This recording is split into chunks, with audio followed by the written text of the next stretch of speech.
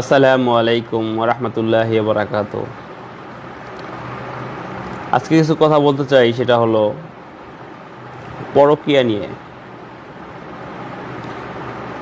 আজকে সমাজে দিন দিনই পরকীয়া এমনভাবে বাড়ছে যে মানুষের জ্ঞান বোধ সব ডুবে গেছে, একবারেই চলে।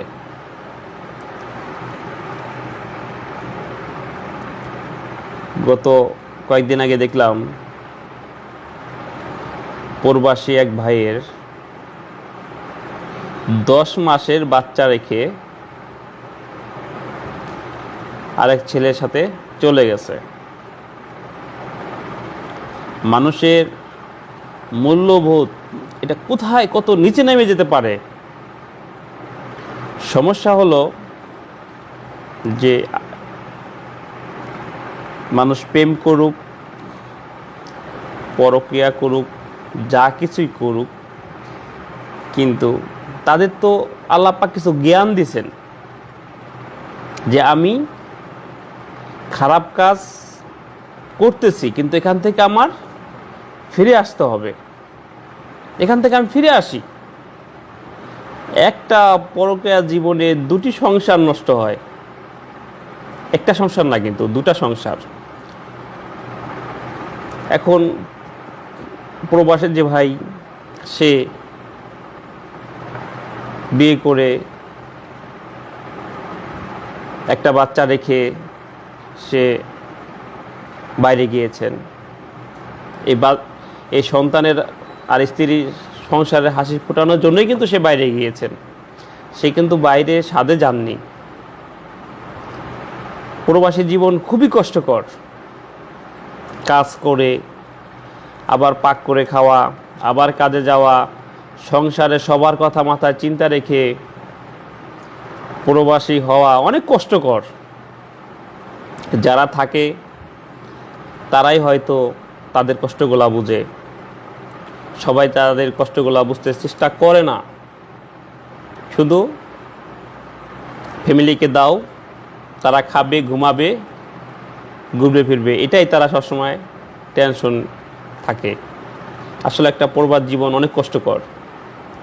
তো আমি যেটা বলতেছিলাম যে 10 মাসের বাচ্চা রেখে তুমি বোন চলে গেলা, তোমার তো একটু ভাবা উচিত ছিল যে 2 দিন পরে আমি যার সাথে চলে যেতেছি তার সাথে হয়তো আমার আবেগের ভালোবাসা, 2 দিন পরে হয়তো আমার এই ভালোবাসা থাকবে না, ভালোবাসা কমে যাবে, কিন্তু এই ভালোবাসার জন্য আমি 10 মাসের একটা বাচ্চা রেখে চলে যেতেছি।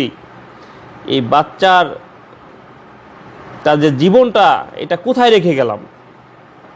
এই বাচ্চাটাতে যাবে, এই বাচ্চাটা আমি যদি নিয়ে যাই, আমার স্বামী তো আমার এই বাচ্চার দিকে মন দিবে না, কিন্তু তার বাচ্চা না, সে তো এদিকে বাচ্চার দিকে মন দিবে না।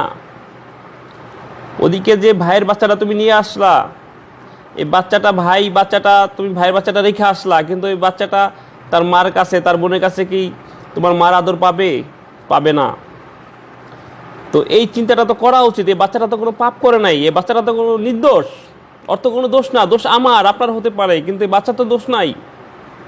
এই বাচ্চাটার জন্য অন্তত সবার প্রেম করার আগে চিন্তা ভাবনা করা উচিত, সংসার করার আগে চিন্তা ভাবনা করা উচিত। মানুষের জীবনে কোনো সমস্যা থাকতেই পারে, সমস্যা মানুষের জীবনে থাকবেই। তো এটা পারিবারিকভাবে, সামাজিকভাবে, রাষ্ট্রীয় আইনভাবে,